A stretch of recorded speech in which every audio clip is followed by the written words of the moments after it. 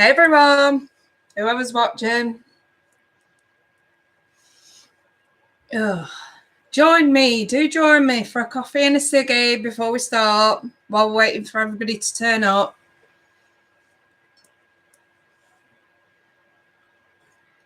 Oh, that coffee's lovely. Hey Michelle, hey Sam. How are you guys doing? Do let me know.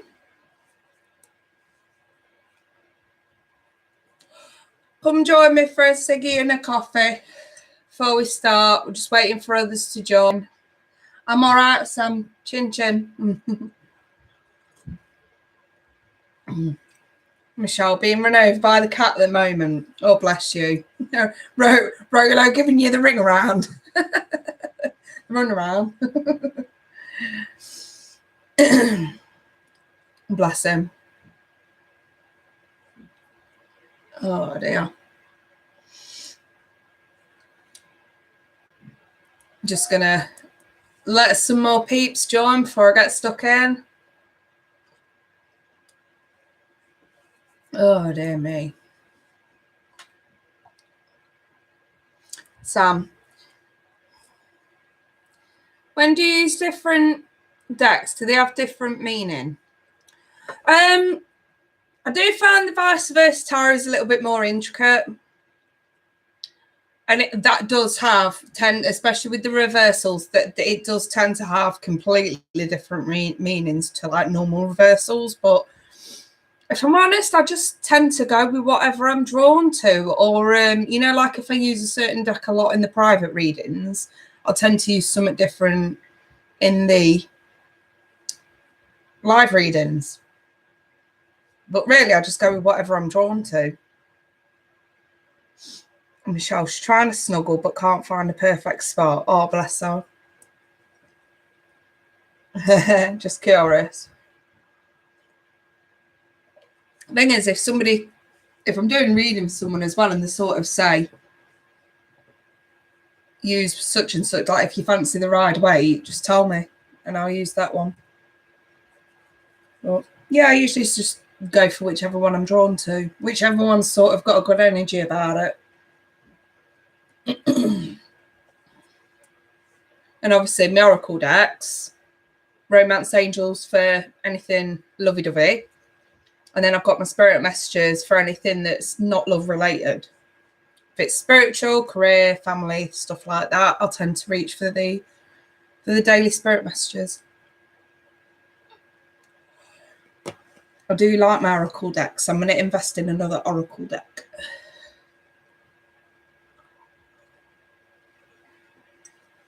So,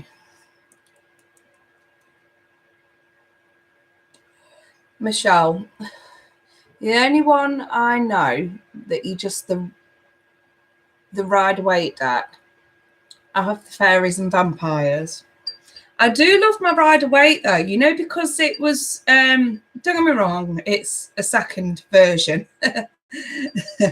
That's I had another Rider-Waite deck, but obviously over time the sort of, especially when they're well used, they go a little bit funny. But that's the second Rider-Waite deck I bought, and it was I bought that years ago. So it's got a special place in my heart, the Rider-Waite has. A very special place in my heart.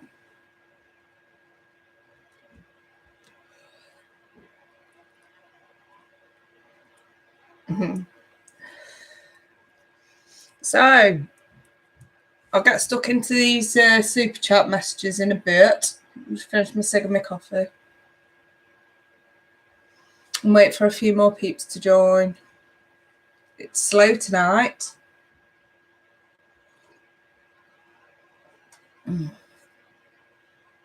Which is awesome because I've learned so much. Well, to be fair, I always recommend, if you start tarot reading, I don't recommend anybody try and learn with any other deck but the Rider-Waite. It really is like the base for learning the tarot. It really is. It's the original, isn't it?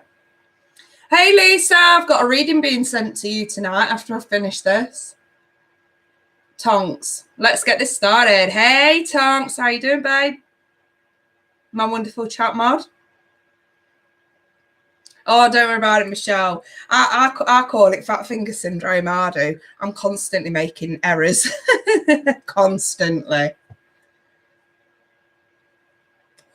Tonks, rough weekend, but I'm great. Do you know, I saw some of your statuses on Facebook, and that one of your little lad trying to drive your car made me laugh. But some of them, I thought, oh, good God, Cynthia's on a right clear out. Defo on a right clear out. Sam, can anyone do tarot? Anybody can do tarot. And you actually do tarot tuition. I don't do it often, literally.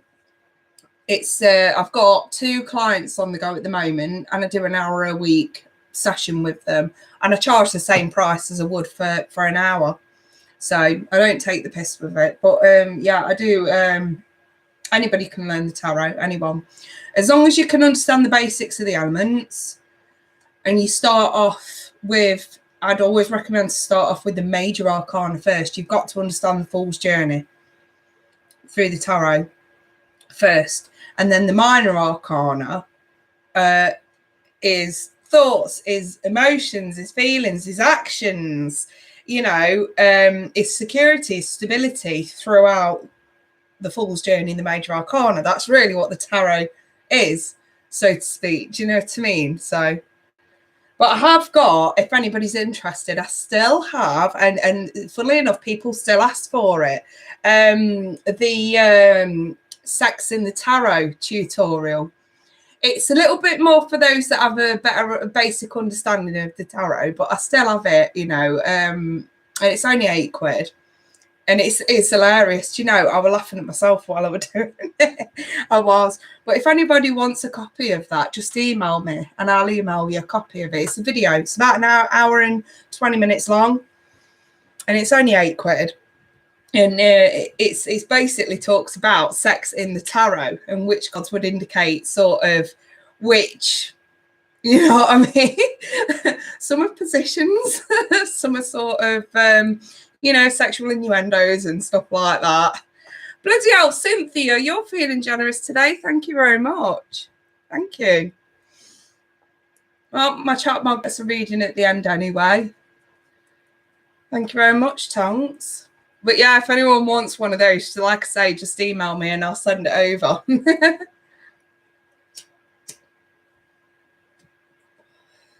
Because it is quite good. And I do separate the major arcana from the minor as well in it.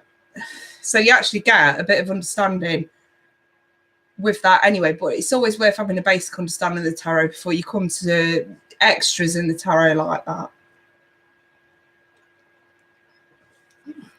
But yes, that is still available.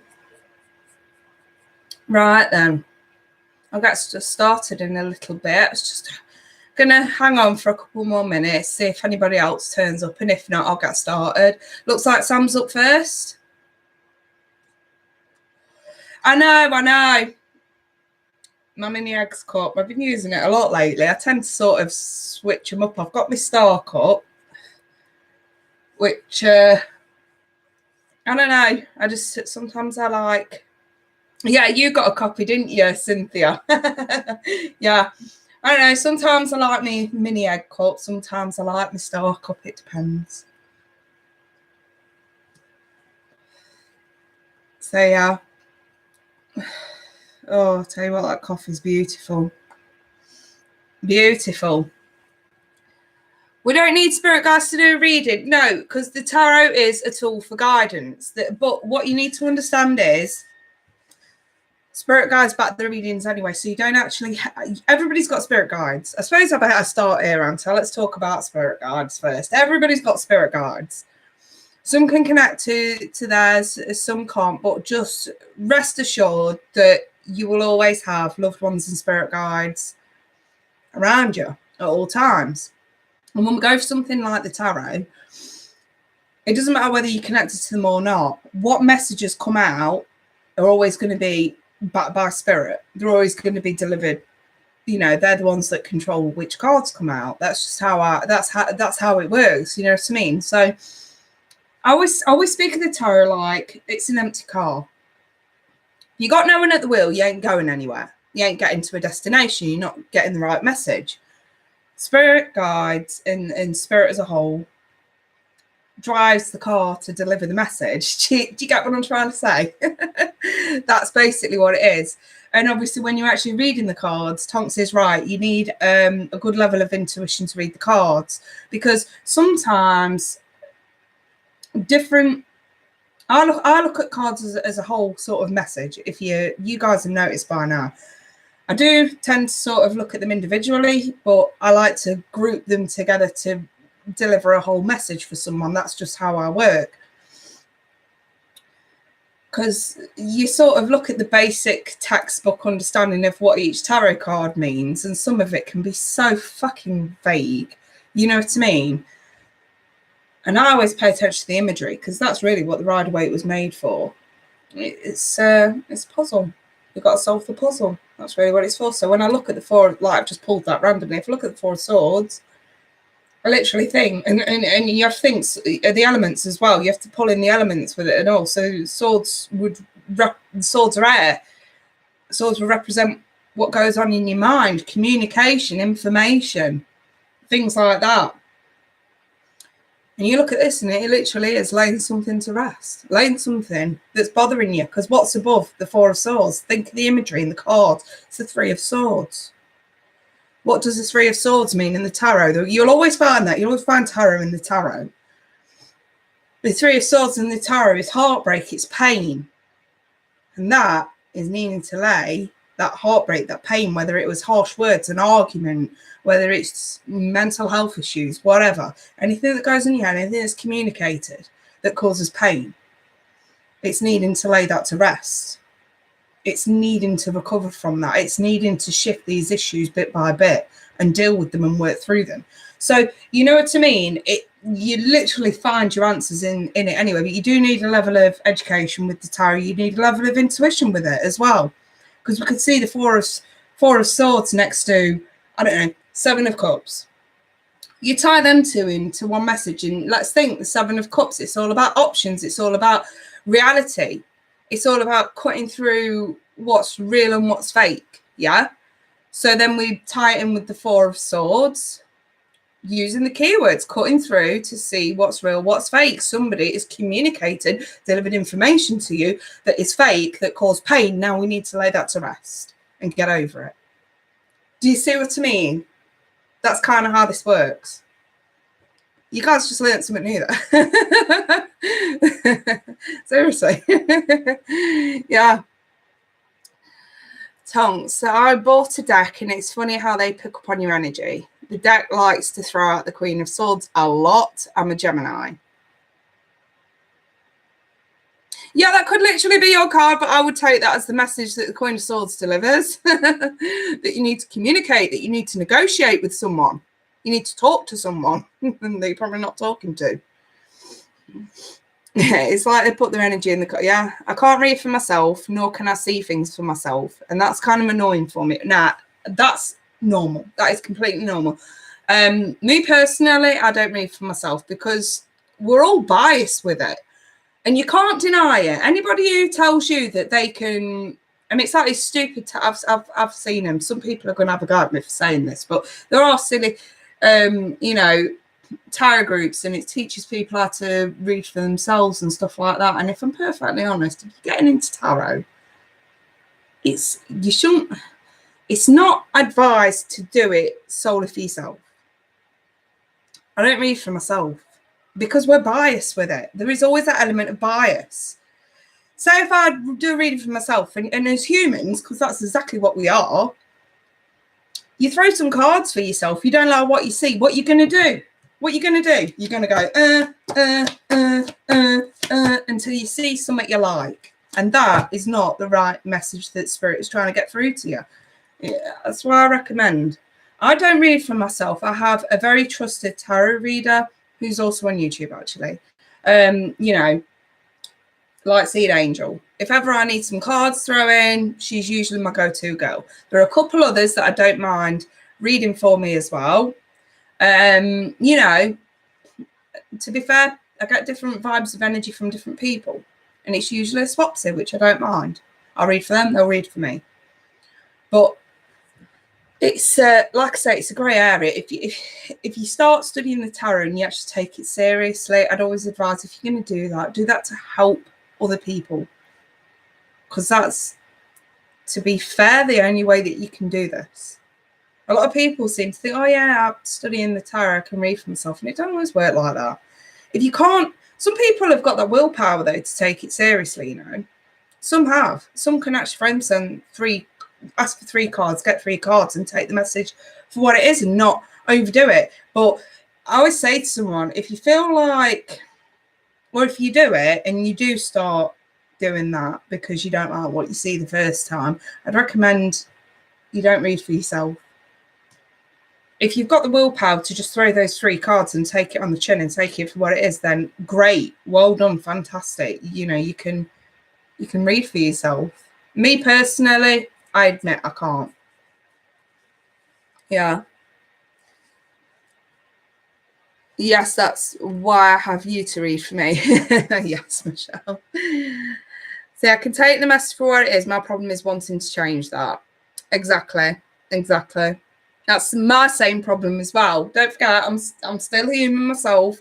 That's my problem as well. I'll send some cards and I'll not like what I see. And if I ask for I don't usually ask what's coming in. If I have thrown cards for myself in the past, I've just asked for a bit of advice on what to do with something. I don't know, I just don't get a straight answer, or I've had mental blocks sometimes with myself. Which is weird because I never get mental block reading for anyone else. But, you know, I'll just not like what I'm seeing, and I'll just keep going and going and going and going, and we all do it. I don't advise it. I don't advise it if you're that type of person. Yeah. Tongue. So actually taking a picture of the cards, forget about it for a few days, and then go back a bit of distance. You'll start to see it differently. I think that's a really good idea, actually. You know, if I might try this myself, actually, but then again, I prefer Vic to do my readings for me. But that's a really good idea, you guys. You know, if you are reading for yourself, do what Tom's just said. Take a photo of it. If you can't make sense of it there and then, take a photo of it, sleep on it, come back to it in a day or two, and it might make better sense.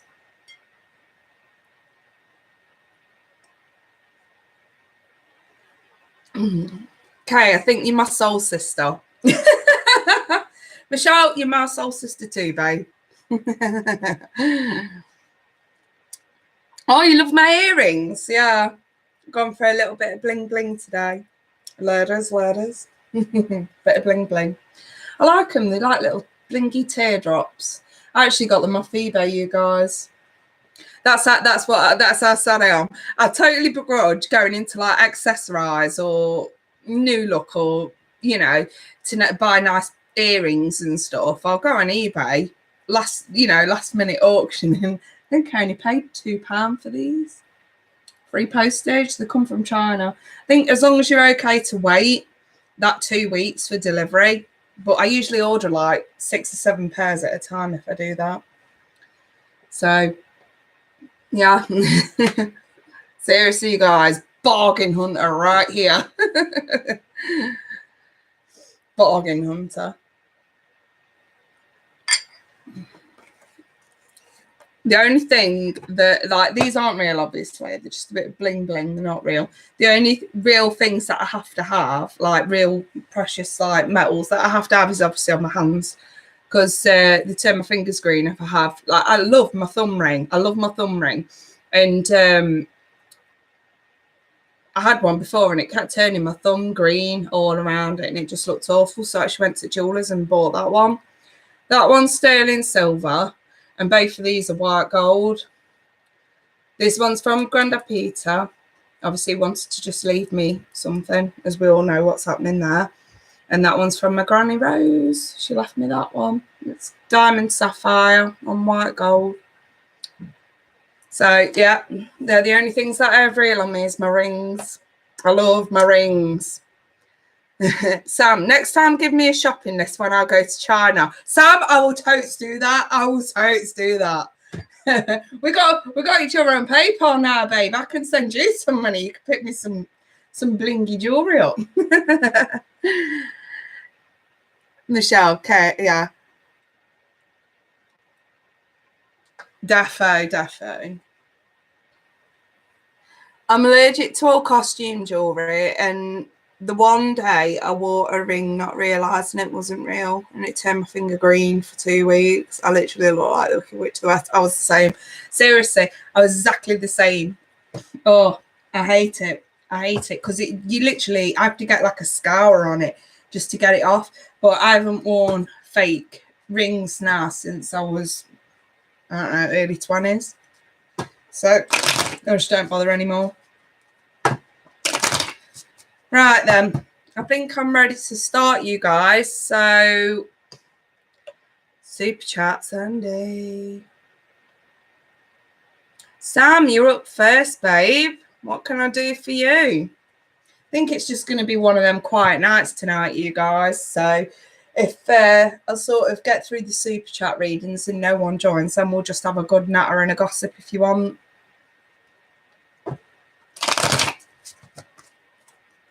Because I'm not going to push it. I think they are as well. It is, yeah, happy St. Patrick's Day to everyone, by the way. Everybody's going to be on the lash for St. Paddy's Day today. Sam, please see if Spirit can give me some good news and anything for this coming week. Yeah? So, we have some good news for Sam for this coming week. I think I'm going to do, you know, the 7-card weekly spread, Sam. We'll do that. Do you want me to use a specific deck while we were on the topic? You've got a choice. You've got the Gilded, the Vice Versa, the Rider-Waite.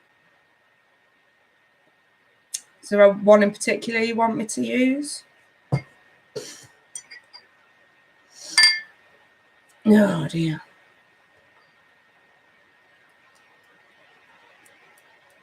Yeah, that's absolutely fine. You do.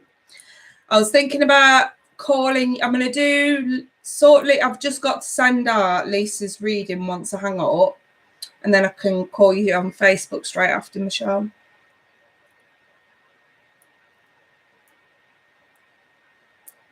Whatever. Yeah. Okay. I think I'm gonna go with the Rider-Waite. We were talking about it, and I do love my Rider-Waite. I really do. All right. No problem, Lisa. Like I say, I popped it into the drive to upload, so it'll probably be done by now. I've just got to send it. I did it like literally half an hour ago. Right then, Sam Rayner, Lily the female.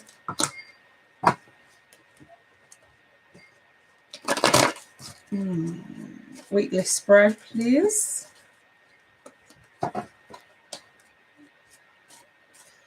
Okay, Ace of Wands.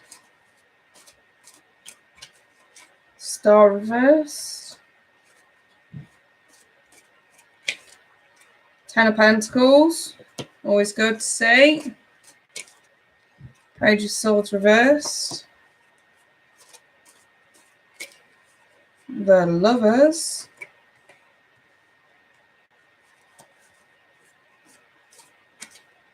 The Ace of Pentacles reversed. Oh, I know what that is. And the 9 of Swords is the overall theme in the reverse for the week. So, tension and stresses easing up. I just want to point something out. I've got the 10 of Pentacles with the Ace of Pentacles. Now, normally these two will contradict themselves, but they're actually not. Basically what it means is money that's hard earned, we can now afford something. To the Ace of Pentacles in the reverse, it can sometimes be a bit of a large expense. So I know obviously that you work in trade, so this could just be a contract that's actually paying off either this week or next week, enabling you to either double the purchasing or to actually personally afford, you can afford something of a large expense that you've been wanting for some time, which is quite good, Sam. I quite like that. The overall theme, the Nine of Swords in the reverse, this is anxieties and stresses starting to ease up a little bit, which is good. So I've definitely got hard work bearing fruit. I like the Ten of Pentacles. Don't get me wrong, it is a significant amount of cash that's coming in, but it's hard earned. It's not just something that falls into your lap. It's actually sort of money that's well earned. You know what I mean? It's money that's well earned. And I've got the Ace of Wands, and this is definitely a foot in the right direction. It's taking the right action. It's doing it the right way. Everything's above board.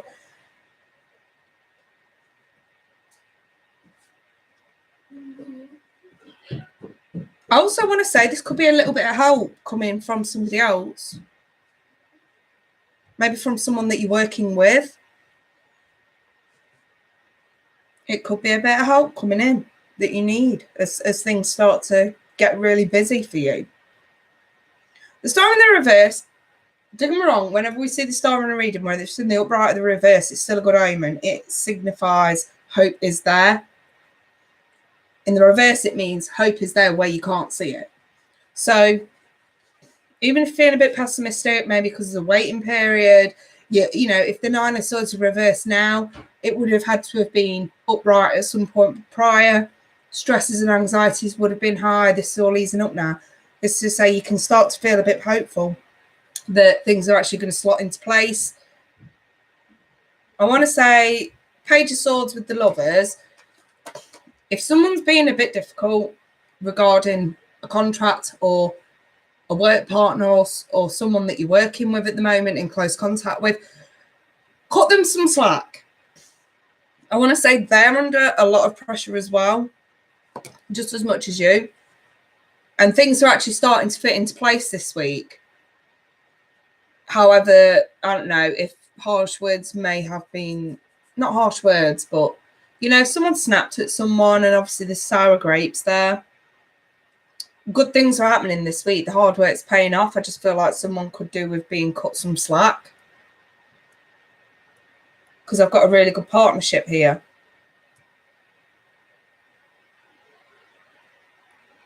And it's definitely like it could obviously be someone that you're selling to. Whichever way you look at it, it's real good news, Sam. I'd definitely say that. So I hope that eases your anxiety levels a little bit. Things seem to be moving, which is a good sign. Good sign. What we got here? You're waiting for a contract to materialise. That's brilliant. Yeah, I bet you needed to hear that. I've been telling you for how long, though. This stuff's going to sort of ease up for you in a really good way. It's just a case of smoothing certain deals over. Like I said to you the other week, paying attention to the small print, making sure everything's above board and nothing's being missed. You know what I mean? It just, that to me looks like hard work's bearing fruit. And the Ace of Wands is like, it's all being done the right way, how it's supposed to be. I bet you're so happy, Sam. Tonks, did you want me to throw you some cards? Because like I say, it's a quiet night tonight and you did send me that awesome super chat. So it'll be the least I can do.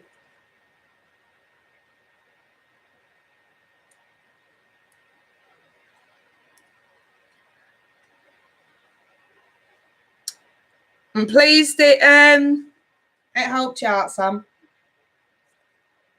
Always a pleasure.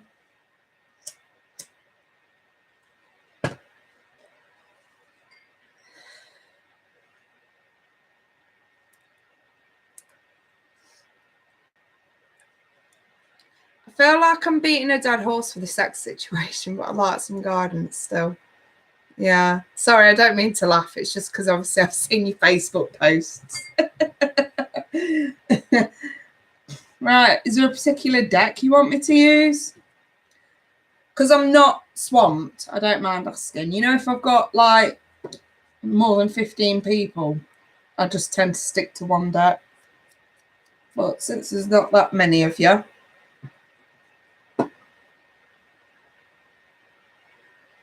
Illuminati.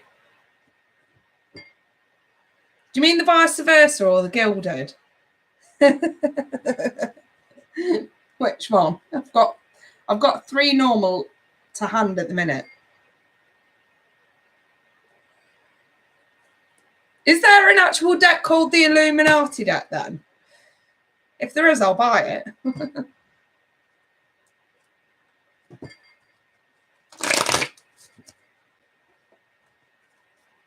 You just have to let me know. Tower of the Illuminati, something like that. Yeah, I don't mind like buying it. I'll have to have a mooch around on Amazon. Right then, Tonks, Gemini, Cynthia, situation with the ex. What the hell does she do about it? I'm going to do 5-card spread, Tonks. Let's see what comes up. Central issue, 8 of Pentacles. Root of that is Justice. Recent past, 5 of Wands.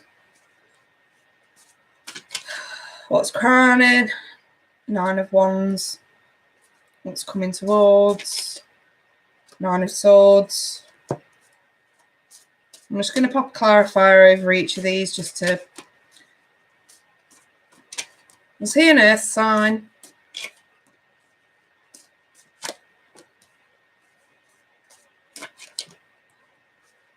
Or was he fire?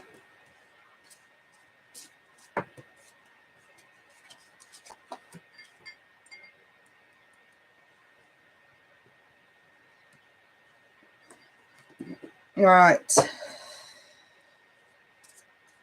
Oh, he's a Scorpio. Of course he fucking is. I've got the Tower here. Why didn't I ask that?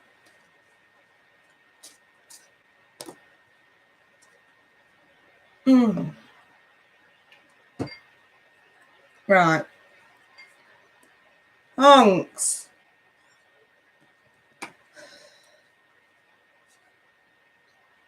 Central issue. I've got the 8 of Pentacles with the King of Pentacles and the 7 of Swords. Sorry, the 7 of Cups. Putting a lot of hard work and effort into completing stability, into establishing security for obviously you and your son.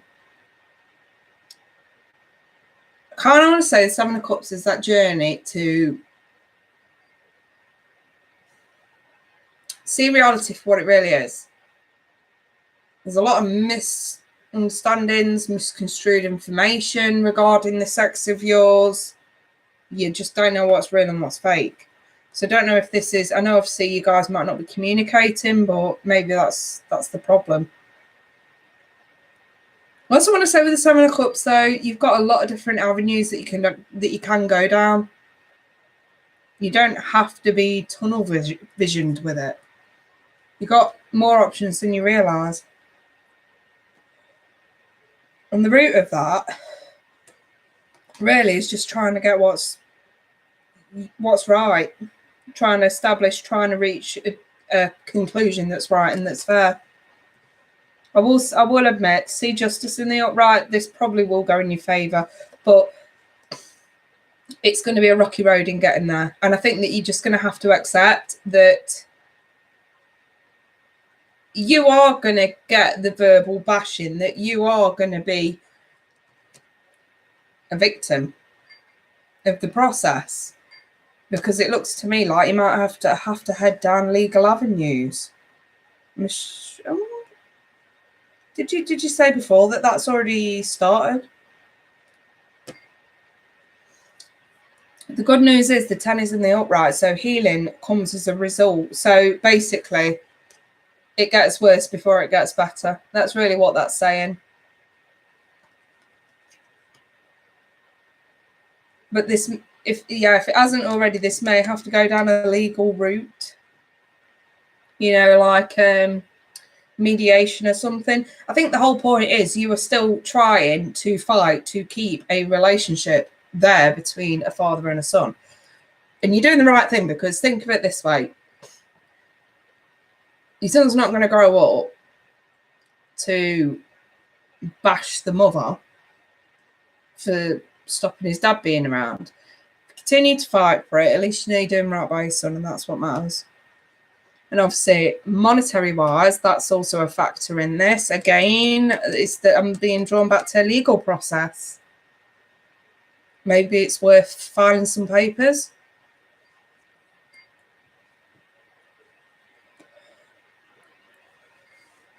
Otherwise, I think it really is like trying to draw blood from a stone.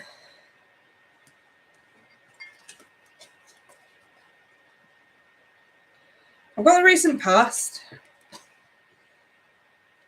You don't want to take any more risks because there's been enough arguments. That's really what that's saying there. There's been enough arguments, and, you know, emotionally drained, I want to say. But the 10 in the reverse is also the broken family unit. But you don't want to take any more risks because there are too many arguments. So I want to say, not really put yourself in a position to fight hard enough because of that. You blocked him on everything. Don't get me wrong, I think blocking him on everything is a good idea. But like I say, maybe now's the time to take things a little bit more legally, where it goes through either family mediation or family court. But then again, I'm thinking, is it worth it? Have you got the strength? Have you got the energy? Because I'm looking at what's crowning you. And don't get me wrong, I've definitely got some vulnerability going on, but you're trying your damnedest to protect yourself and your son. And there is a hell of a lot of drama surrounding this. And I'm thinking, it might not be worth it right now, but in the long term, yes, it probably will be worth it. But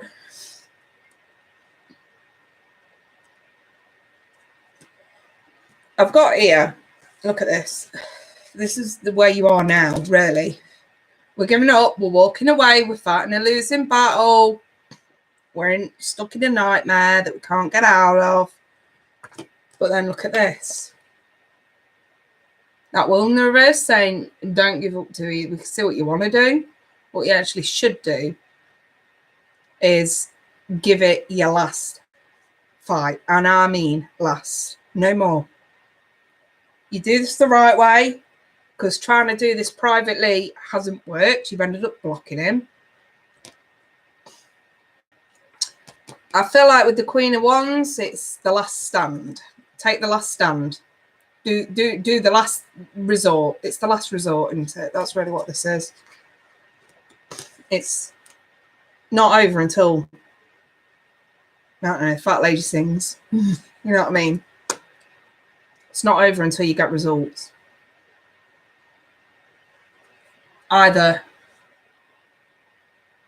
him having some sort of a relationship with your son, or better than what it has been, or him paying for his child. It's got to end in one of those two options. And unfortunately, if I think this is maybe something we need to come back to, because the court can't. I don't think the court can force him to have a relationship with the child. I don't think they can. What they can do is make sure that he pays. But I think, again, it's the last resort, isn't it?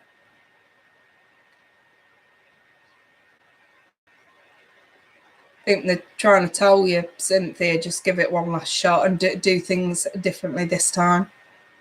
Like, no more Mrs. Nice, Cynthia. It just ain't there anymore. We're too pissed off. We're too fed up. It's too dramatic. Put it in the hands of the professionals.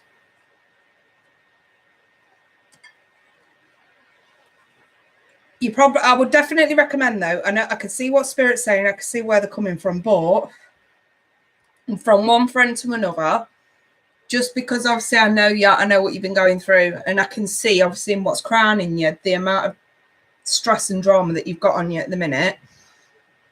I would recommend you give it a week off, like a break from this, because otherwise I feel like if you nosedive into this right now, and start making the phone calls tomorrow, you're not going to break. You're not releasing the stress.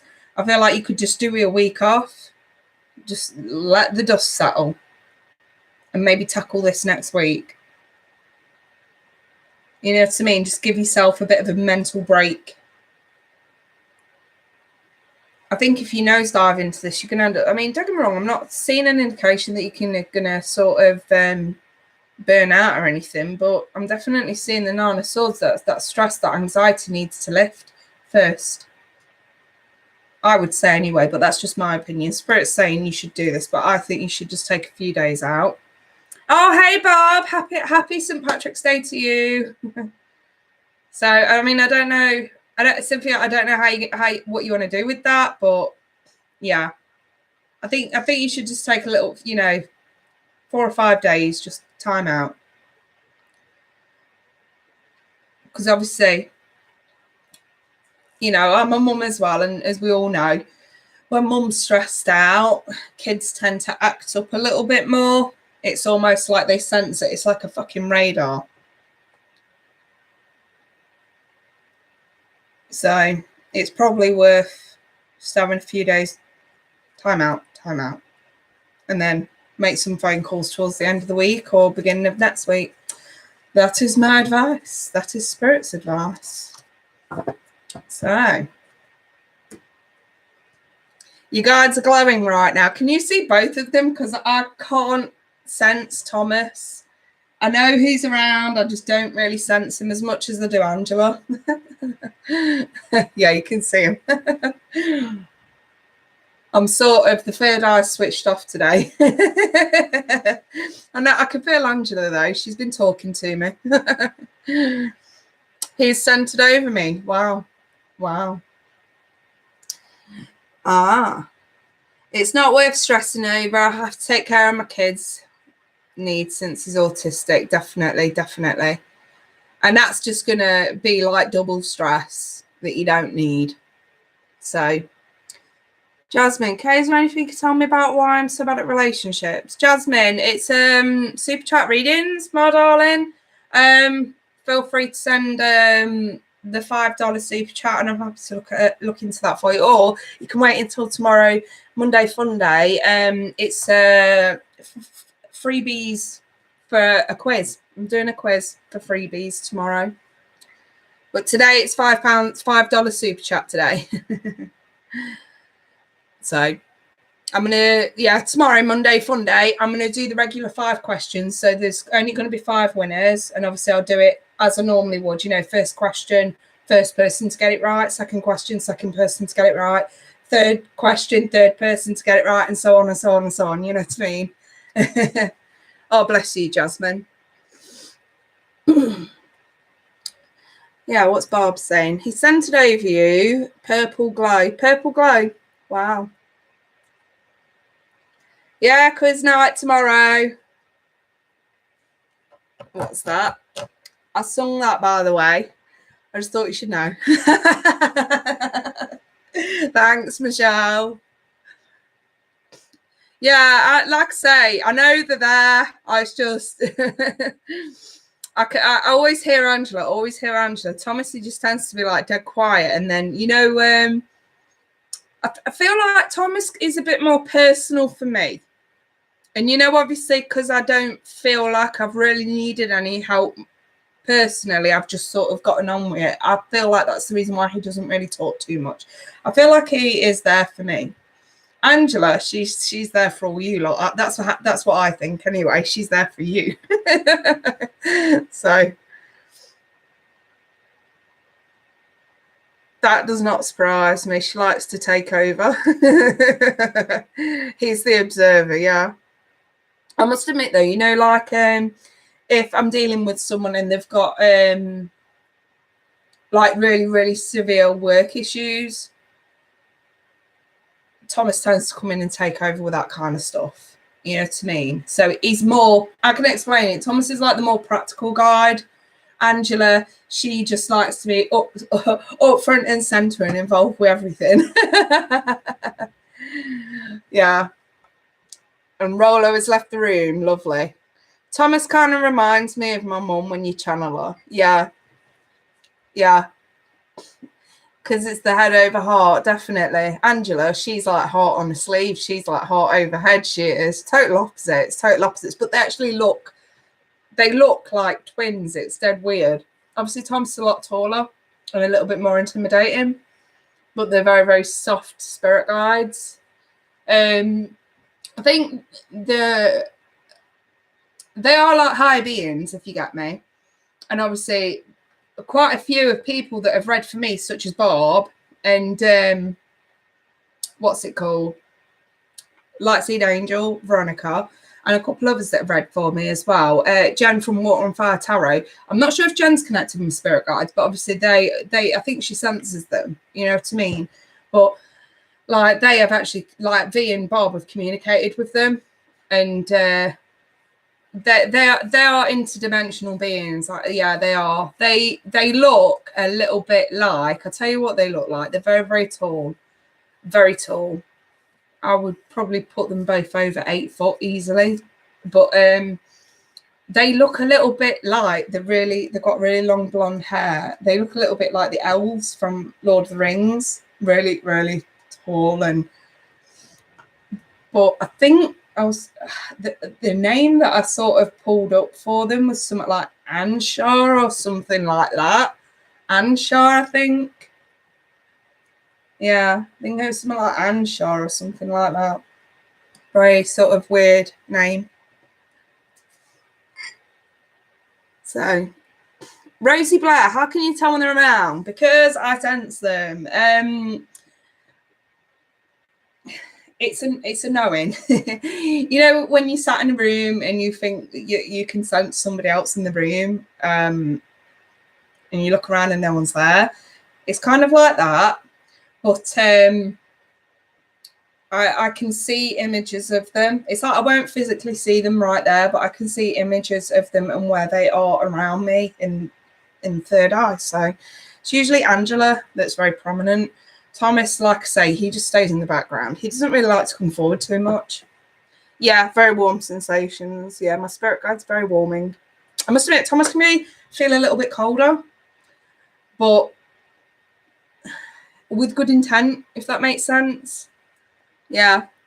They kind of remind me of Greek gods. Yeah. Yeah. Tonks, Pleiadians. I don't know. I've never heard of that term. Yeah. Lemurians. Oh, right. My guides, we know them. Yeah. Yeah. But yeah, I do love my spirit guides. I know I have got more, but they're the most prominent ones. They're definitely the most prominent ones.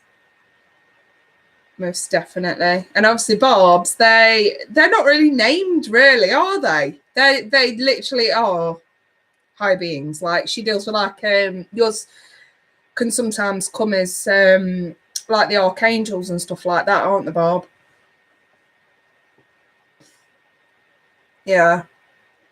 Equates white Elohims. I never even heard of that term either. Never heard of that term. Sam, I would love to see my spirit guides. Try meditating. Thing is, they come through when you're ready and not before. And it's like you got to be truly open. I must admit, before I actually acquainted myself with my guides properly, which you do through meditation, I was doing readings for people, and I was, just open anyway, and I was hearing things. I had an episode as well where my granddad Derek passed away about 8 years ago, my mum's dad, and literally within an hour of him passing, I was hearing him. I was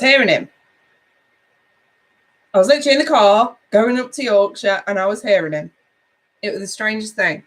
And he was, I'll tell you guys what it was. I kept hearing the dressing table with the rings. Caleb, the dressing table with the rings. And I'm thinking, dressing table with the rings, what's he on about? And I didn't know what it meant. I know I could hear him and it freaked me out a little bit, but I didn't know what it meant. So by the time I got to obviously went to the hospital, you know, he'd already passed, but I got a chance to see him. And then we went back to the bungalow and I stayed with my gran that night. And I says to my gran, we're having a cup of tea, and I said, Gran, I know this sounds really weird, but can I just ask you, what's the dressing table with the rings on? And she said, oh, you mean my bedside cabinet? I went, you what? And bear in mind, I live miles from my gran, so I don't really get to see her that often. And she got a Royal Crown Derby Poses ring tree, China ring tree on a bedside cabinet. And she kept all the rings on it because my gran, she had so many rings. She kept all the rings on it anyway. I said, is there something in those drawers? And she got dead curious. She says, why? So I told her. And she says, well, let's have a look. And I never realised my gran was actually open to that kind of stuff. But put it this way, what happened next, me and my gran were both gobsmacked. And we literally went through. And in the top drawer, it was just pantyhose and tights. A second drawer down, it was just scarves. And in the third drawer down, there were a couple more scarves and a wedding album. And it turned out it was my aunt's wedding album. And they were the only thing that was significant in them drawers. And my grandfather and my aunt hadn't spoken in about 20 years at the time. And I said to my gran, I said, are you thinking what I'm thinking? And she said it. I didn't even have to say it. She said it. She was like, I think he wants, I won't say a name, but she says, I think he wants your aunt to know he's gone. And I said, yeah, I think that's what he was trying to tell us as well. But that was like the first ever experience I had of actually hearing something, which was so strange. And then obviously about a year after that, I was still doing my readings. And obviously I was getting names and I didn't know where they were coming from. And then not long after that, I decided I'm going to meet my guides. And that's exactly what I did. I've got a really good friend nearby where I live. He came to visit me because I was getting confused about a lot of this stuff. And he basically just said, you need to get in touch with your guides. Sounds like they're trying to help you. The least thing you can do is get to know them and obviously thank them for it. You've got a gift. That's where it comes from. Let's say thanks. Let's get to meet him. You know what I mean? And I did the whole meditation. And do you know what? It was the most wonderful moment. Honest to God. You know that first moment when you actually meet them? Your eyes are closed, but you can see them in your mind's eye. And they come to you, and I spoke to them. I was just like, can I ask what your name is? And then somebody else came, and I was like, can I ask what your name is? And there you go. That's how Angela and Thomas came about. So, yeah, I want to read some of these comments. Alex, I honestly don't know who my spirit guides are outside of my family, but apparently I was told I have a lot of them. Tonk Sleepy, what does your gut tell you, spirit guide or higher self? All right. Spirit guide, and you can identify, trust yourself. Yeah, you got to trust yourself. Clairaudience, great gift. Yeah, I definitely, I have got clairaudience. I would call it that, yeah. Sam, oh my God, it's amazing. Would love to be able to do that. Tonks, I get a lot of ringing only on that ear. It's odd. Do you know when I hear things the most, and this is going to sound ridiculous to you guys, but do you know when I actually hear things the most? It's in white noise. You know, like having the Hoover on, you know, when the TV's on a static channel, or if I've got the microwave on or the washing machine's on. It's white noise, isn't it? I hear things in white noise. Sometimes it just doesn't make sense and I have to literally tune out, because sometimes you'll open up and you don't realise you are. But I always hear things in white noise, and sometimes it don't make sense, sometimes it does. I think it all depends. But yeah, Michelle, I have that, and I can also see things as well. I don't really see them as gifts, as I've had them since I was 12 or 13, yeah. It's just part of you, isn't it? That's how it becomes. No, your high guides angels are trying to get your attention, Tonks. Well, there you go. Rosie Blair. Kate, I'm seeing every damn day something is speaking to me. There are angel numbers, my sweetheart. You want to look those up. Usually if you see the same set of numbers over it, like, for example, a lot of people tend to see sixes. You know, 66 or 666, and a lot of people get really freaked out and think that it's something to do with the devil, and it really isn't. Actually, it's angel numbers, and the sixes relate to family and love. Okay, so it's worth looking that up.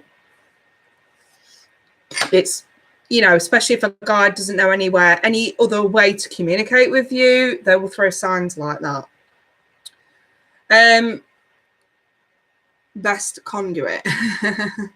Yeah, I'd say that's pretty awesome as well, Michelle. Oh, hey, Miss Leo. Miss Leo's in the room. It wakes me up during the early hours of the morning, a little twinge in my ear, and I hear something. Pay attention. I think Bob's just gave a website. Is that for the spirit numbers, that Joanne Scribe? Rosie Blair, I've learned a lot regarding angel numbers, yeah. Sam, I was looking for a note, specific numbers on them. I heard someone tell me in my ears where to go. I trusted it for the first time, and it was there. I was amazed. The power. It's the power. Sam's got the power.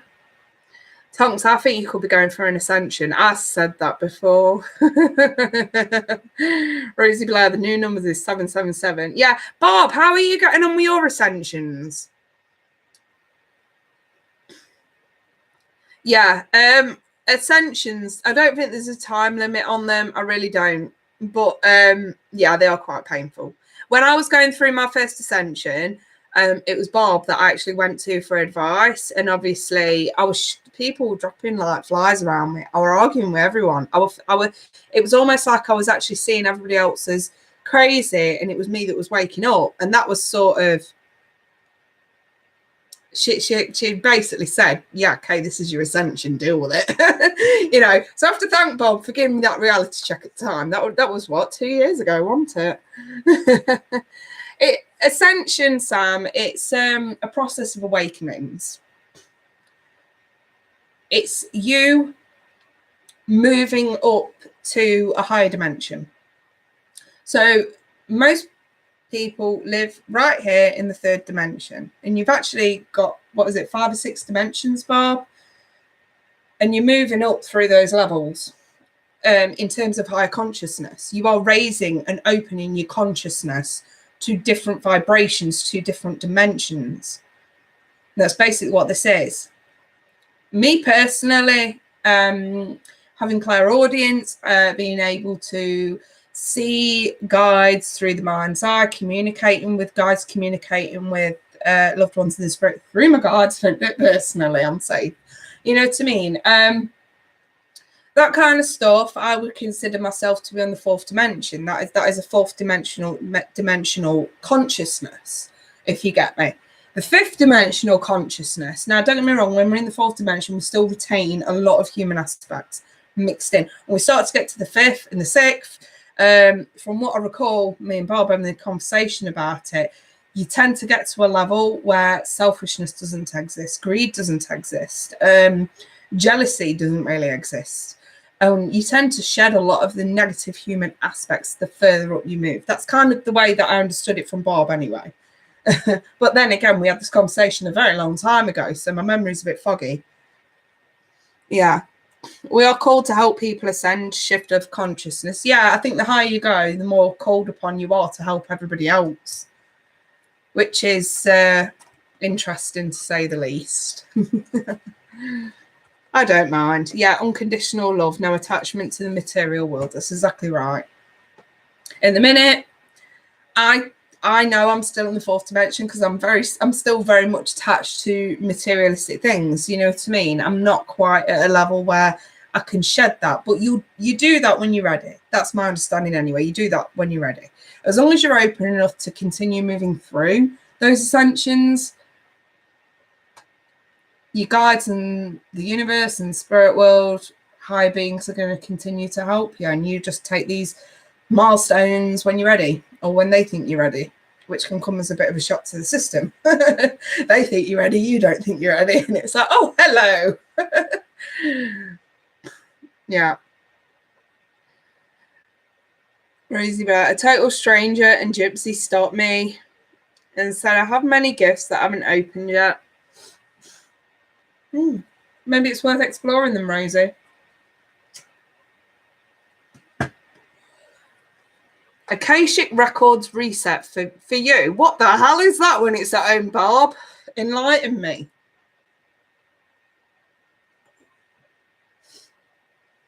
Do enlighten me.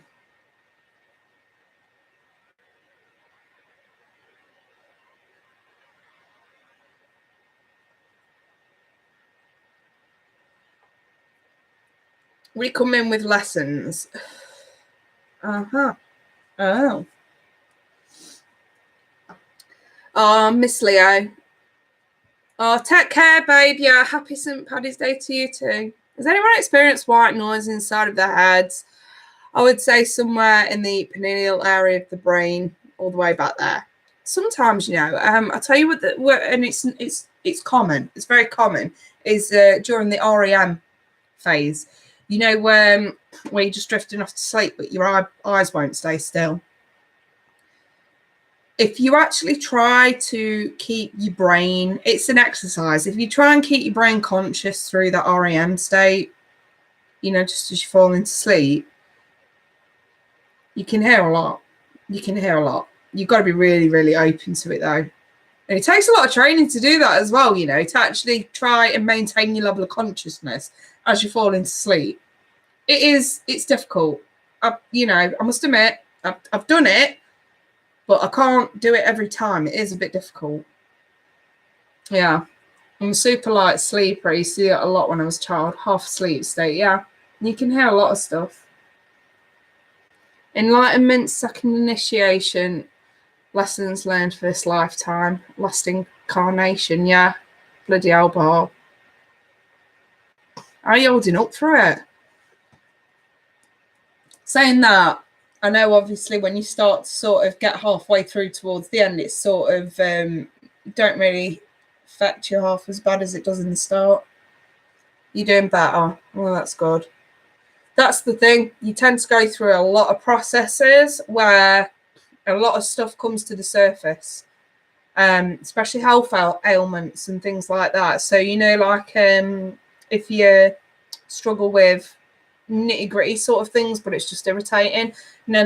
If you go through an ascension, Spirit's going to shove everything to the surface. It's all tenfold, to the point where you've got no choice but to go and get it fixed. But, you know, it brings attention to things that are irritating, not serving you, holding you back in any way. It brings attention to a lot of stuff like that. It is deep. It really is. Hey, Tudor Rose. I see a lot of your comments. And I actually noticed that you got a tarot channel of your own. And I did subscribe. I was very impressed, actually. Very impressed. Bloody hell, that is an understatement. Yeah, I'd say so. Like my ex that keeps coming back like a roach. Yeah, it's because they're telling you you've got to sort it out, Tonks.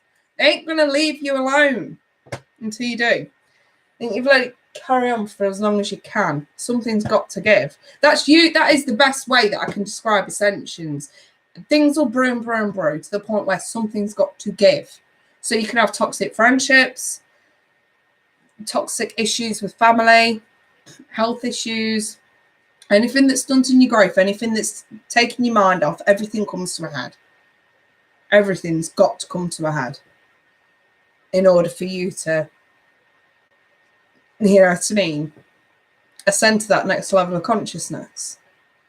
It's like with me, like last year I had the whole thing where I was getting a lot of different bodily ailments, you know, cramps and stuff like that, and I've got symptoms of neuropathy, and it was all because I got a fucking B12 deficiency that I never even knew I had. That's what ascensions do. It brings this shit to the... I'm not saying this is it for everyone. It's not medical for everyone. It's medical for me because that was something that needed dealing with. You know what I mean? Whatever's in the background that's holding you back or could hold you back in the future, they're going to bring it right there, right then in that ascension, just so that you have got no choice but to deal with it. It's the same with friendships and family issues and things like that. It is. I agree. It is like going through a fucking wormhole. Oh, thank you, Tudor Rose. Sam, like the douchebag. Oh, right. We're talking about toxic exes. Yeah. You've got to learn. And another thing as well, if your spirit guides feel you're ready for an ascension, you're going to go through it whether you like it or not. And my best advice is don't go against the grain. If you've been, especially when it comes to toxic people like toxic exes, if you're being urged to release, and when I say being urged to release, that basically means you cannot get in touch with them. They will not communicate with you. They will not come back. Your job is to then realize it, let it go, and then comes the hard part. And yes, this is a part of an ascension that I learned the hard way. You've got to learn to forgive. You've got to learn to forgive someone for their human errors, because if you're rising to the next level of consciousness, you're rising above human behavior.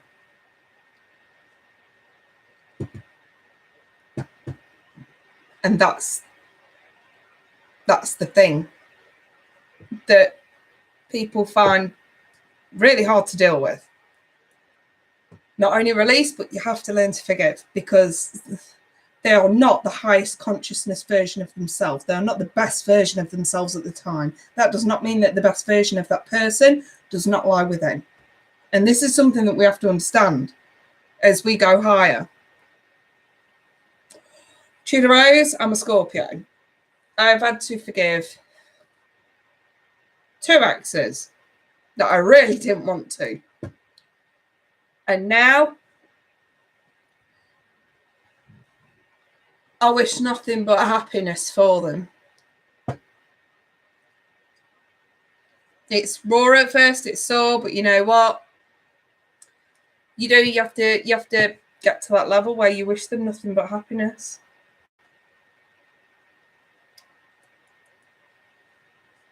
And you have to mean it.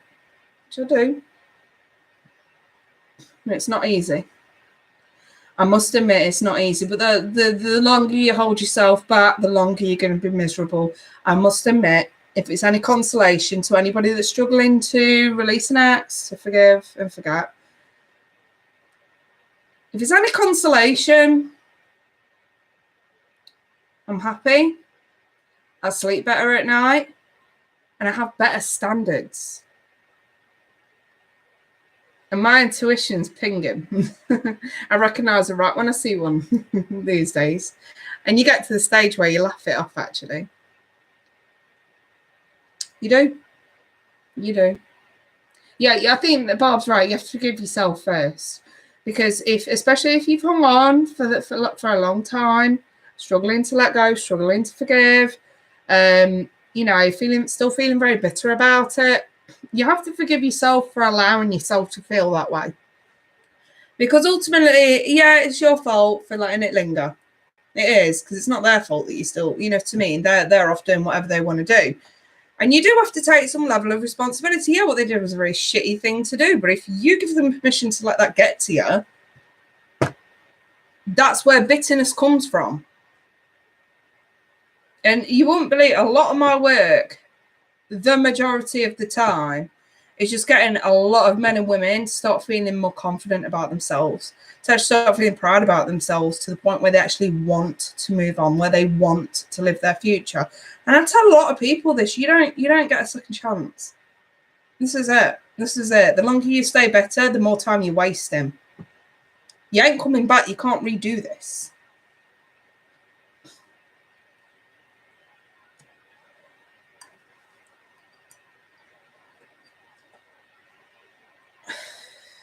I would say that's pretty much what my job is these days, Bob. Spiritual counsellor. helping people to release and let go. That really is a lot of what my job consists of these days. Is spending a good hour or so counselling people with the cards. Spiritual midwife. Well, I won't go that far, but I like the term spiritual counsellor.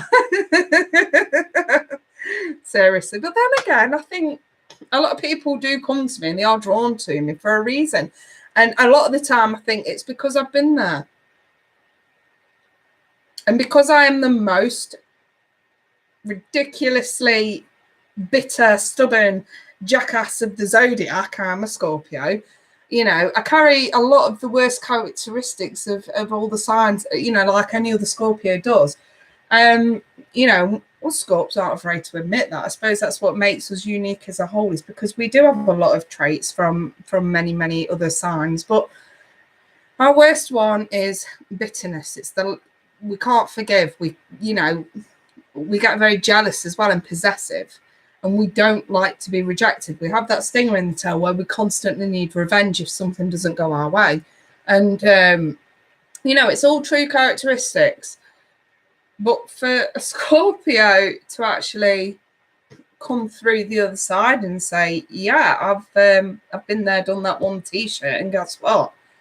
I forgive, I release, and I'm happy. A lot of people feel drawn to that because they actually think, well, if you can do it, I can do it. And that really is how I work, how I base myself. That really is how I work. A lot of the time I'm telling people, look, if I can do it, you can do it. Now let's get to work. You know what I mean? Yeah, we're definitely not scared to go to the dark side. I must admit, I fear going to the dark side more so now than ever. But then again, I have gone through my first ascension. So I think once you actually come through that ascension and you really do see what the dark side does in terms of the amount of time wasted, the amount of effort and emotion and obsession and all that kind of stuff, that really is dark. And when you're actually in it, you don't, I can explain this, you don't see the damage that it causes at the time. You don't. And then when you come through it and you look back and you think, oh my fucking God, I wasted a year. And you ask me now, after me and Mike split up, my son's dad, what I did in that year after, I can't tell you. I went to such a dark place. I can't even recall that year after. I can't. I really can't. Hey Marcus, you're a little bit late, babe. I'm gonna shoot off in a minute. I'm gonna pop off in a minute. But yeah, I seriously can't recall what I did in that year after. I can't. And I mean, I had my son. Don't get me wrong. I had my son. That's probably about the only thing I do recall. I'm in a very dark place. And, you know, looking back, I never want to be in that again. Not now I can see the damage that it caused. It took me so long to regain my confidence and to start feeling good about myself. But, again, I think that's why a lot of people are drawn to me, because maybe on a subconscious level, I don't know, or if they do know me and have gotten to know me, they know that I've been there and done that. You know. Yeah, where the hell have you been, Marcus? You didn't get the notification? Oh, damn it. You guys need to double check these notifications, seriously. But yeah, I've got to shoot in a moment because I've got to send Lisa's reading to her. And I've also got to call Michelle, and then I'm going to go to bed. So, yeah, you guys definitely need to double check your notification bells. You need to press it twice. But if you're on your phone, when you press it once, it'll pop up at the bottom. You'll get occasional notifications. If you click it again, it'll say you'll get all notifications. So excuse me for a minute. I'm just going to quickly blow my nose.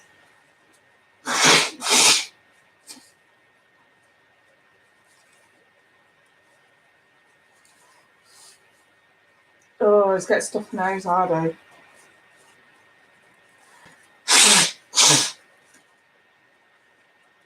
Can't even clear it. Yeah.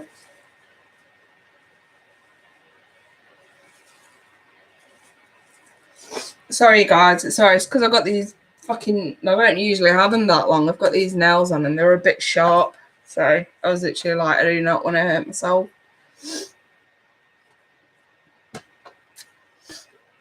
Oh, I love you, Kay. Talk soon, I hope. Be well, have fun, and keep the light going. I definitely will, Barb. I definitely will. Definitely. You was getting the bi-weekly notifications, not this one. Yeah, I just double check it, babe. Seriously, double check your notifications just to make sure, because you know what, you'll know when you get all notifications, because you'll get like a little movement, you know, 2 markers either side of the bell, which would tell you that you're getting all notifications. If there's no markers either side of the bell, movement markers, you get occasional. Because of the bi-weeklies, yeah. Yeah. Anyway, you guys, I'm going to shoot. Toodle-roos. I love you, girlie. Take care of yourself. We'll double check because I did not get it either. Yeah, just make sure you all check that. I have put videos out before about the notifications, so just it's worth just double checking. So, right then, you guys, I'm going to shoot. I'm going to make myself a coffee, send Lisa's reading to her, and then Michelle, I'll be with you within half an hour. Okay? Take care, my sweethearts. Bye-bye. I love you all.